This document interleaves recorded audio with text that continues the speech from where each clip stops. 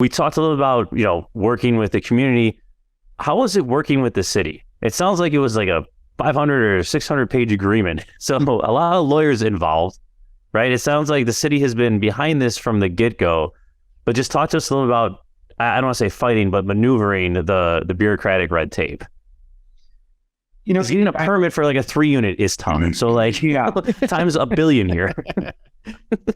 Yeah, we won't get too deep into politics. I don't think that's too proper, but I would break it into 3 main constituents. I think that we have, at a local level, you have the alderman. And again, Brian Hopkins was really great to work with, had good vision, promoting our view of, business and work and play, and really supportive and productive.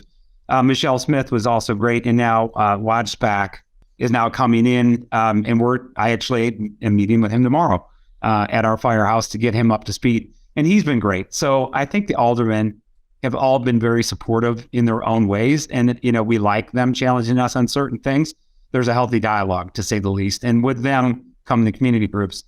The next constituent is the Department of Planning and Development, which we have a great relationship with. And, that's turned over, and you have Maurice Cox and Melvin Wesley and Cindy and everybody in that group, super talented, and just have everything, I think, in the right mindset of let's make Chicago incredible. They have a new process. We've adapted to it. It's a little bit more invasive, but I think in a good way. They truly care about architecture, and that's a topic, I lead. We're doing amazing architecture. They're participating with us on it. And our relationship with DPD is very, very strong and collaborative. Really can't say enough about how that's progressing. And we're embracing that. So DPD and Sterling Bay, I think, have a really unique relationship right now.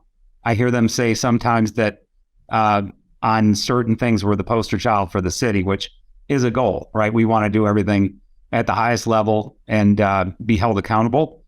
And I think they're doing that with us. I think sometimes they're tough on us, and I get it. We have that. And then the last piece, of course, is dealing with the mayor's office.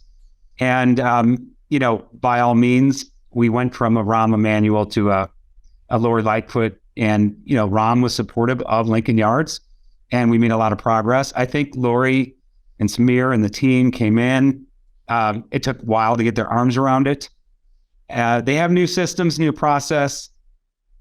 I guess I'll admit, I think last year was a struggle with Sterling Bay on that front a little bit as we were working on some infrastructure financing.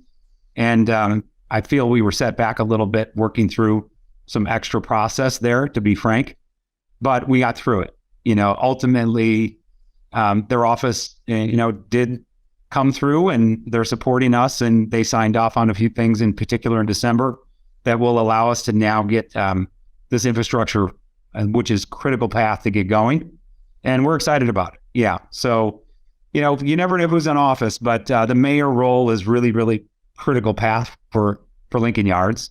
We'll always try and work really well with the mayor and the deputy mayor. And, this again is going to be 10 more years. So we'll be dealing with probably multiple mayors. So all in all, that's a mouthful on that front, but governance in Chicago is, getting their arms around these master plans. There's ours and there's the 78. They're complex, and, we're moving. We just hope whoever is in the seat understands, we're deep-rooted. Chicago is trying to do great stuff. It leads to very good outcomes for Chicago. We're all in this together. And, pace is important. So that would be my only nudge. We all got to keep moving.